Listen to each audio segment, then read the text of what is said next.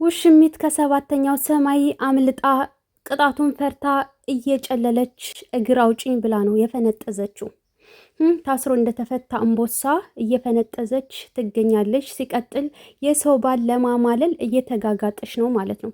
እሱ እንደሆነ እንደምታየው ፏ ብትን ብልጭ እያለ ነው። ምንም የሚማልለውም ሆነ ምንም የሚፈልግሽ ነገር የለም። ድሮም ለምነሽው ነው የመጣሽው፣ አሁንም በመጣሽበት እግርሽ ትሄጃለሽ ማለት ነው። አለቀ። እነሱ ፏ ብትን እያሉ የፍቅር ጊዜ ሳለፉ በፍቅር በሰላም እየኖሩ ነው።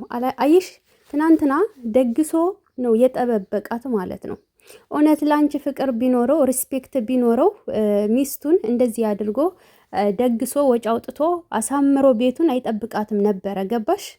ትናንትናም ራሱ በልብ ቅርጽ አድርጎ ሸርቶላታል። እናም አንቺ ምንም ብትይ ምንም ማለት ነው አማራጭ የለሽም። ዝም ብለሽ ራስሽን ብታጠፊ ነው የሚሻልሽ ማለት ነው።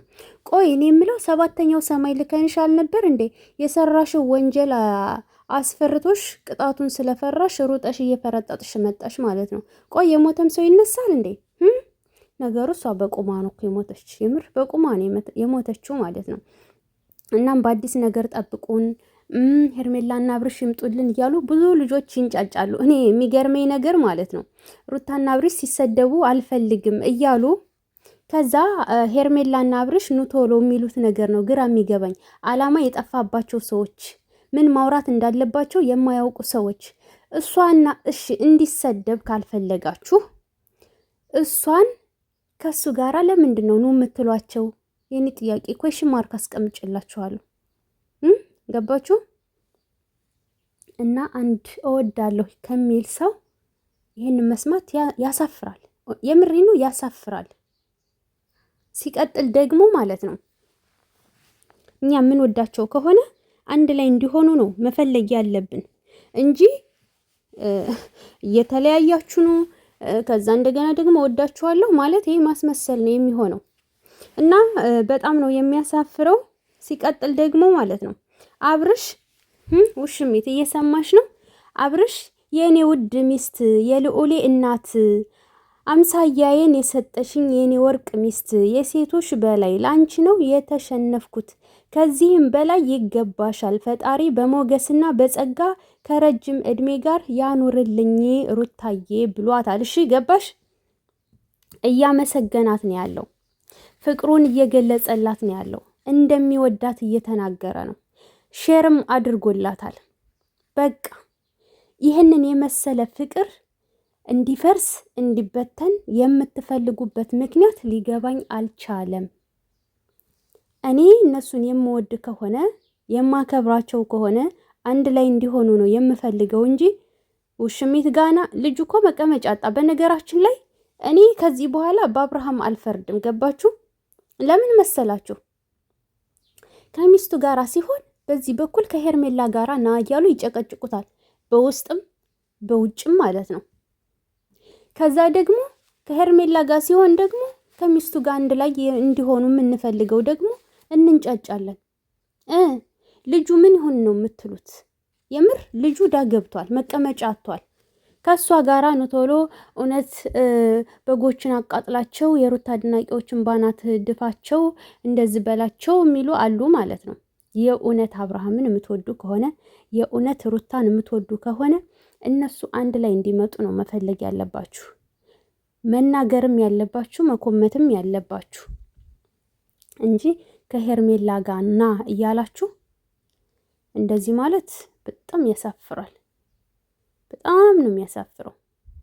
እና ከእንደዚህ አይነት ድርጊት ብትወጡ መልካም ነው።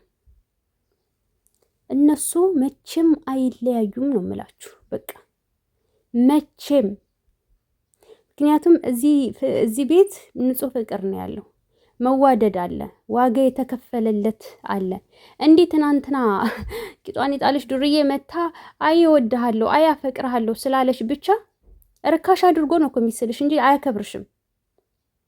ለምን? ዋጋ አልከፈለልሽማ። ዋጋ የከፈለው ለሩታ ነው። ዋጋ የከፈለበትን ነገር ደግሞ እንዲህ በቀላሉ አይተውም። እንዲህ በቀላሉ ዝም ብሎ አይለያይም። ገባሽ?